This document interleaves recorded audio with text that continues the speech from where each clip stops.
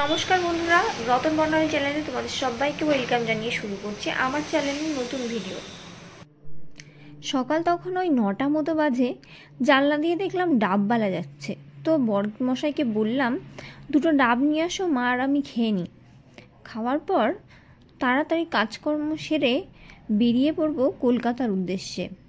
আর কলকাতা যাব কেন? কারণ আগের দিন যে বিয়ে বাড়িতে গেছিলাম তারই রিসেপশন আজ। তোমাদের সাথে কথা বলতে বলতে পৌঁছে গেলাম ব্যারাকপুর। পাশেই ছিল দাদা বৌদির বিরিয়ানির দোকান। মনটা বিরিয়ানি করলেও যাওয়ার কোনো উপায় নেই, কারণ যাচ্ছি তো রিসেপশনে। রাস্তার এই অপরূপ সৌন্দর্য দেখতে দেখতে কখন যে পৌঁছে গেছিলাম রিসেপশনে বুঝতেই পারিনি। কিন্তু এই 2 ঘন্টার রাস্তা জার্নি করে আমার ছেলের শরীরটা একটু খারাপ হয়ে গেছিল। তারপর রাস্তার মধ্যে কিছু খেতেও চাইছিল না। জোর করে খাওয়াতে গেলে বমি করে দেবে, এই ভয়ে তাকে আমি খাওয়াতেও পারিনি। তারপর ওর সাথে দুষ্টুমি করতে করতে নাচানাচি গান এইসব দেখতে দেখতেই পৌঁছে গেলাম বিয়েবাড়িতে। বিয়েবাড়ির সামনে এসে তো সে খুব খুশি। ও তো ভাবছে এটা হচ্ছে কারোর বার্থডে।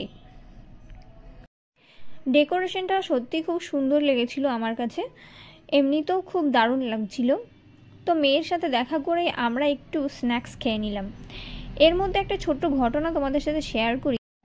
যখন আমরা তত্ত্ব নিয়ে প্রবেশ করি, আমাদের এই ভিড়ের মধ্যে ওর চোখ দুটো শুধু ওর মাকেই খুঁজে বেড়াচ্ছিল। যখনই ও তার মাকে দেখে ও কান্না করে দেয়। এই টাইমটায় একজন মেয়ের মনের মধ্যে যে কী চলে সেটা একজন মেয়েই জানে।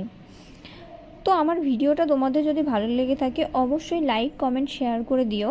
আর আমার চ্যানেলটা এখনও সাবস্ক্রাইব না করলে অবশ্যই একটু সাবস্ক্রাইব করে নিও।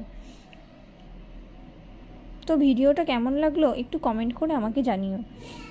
এরপর আমার খাওয়া দাওয়া সেরে বাড়ি চলে এসেছিলাম। আসার সময় হাতে করে নিয়ে এসেছিলাম 2টো আইসক্রিম, যাতে গাড়ির মধ্যে বসে বসে একটু খেতে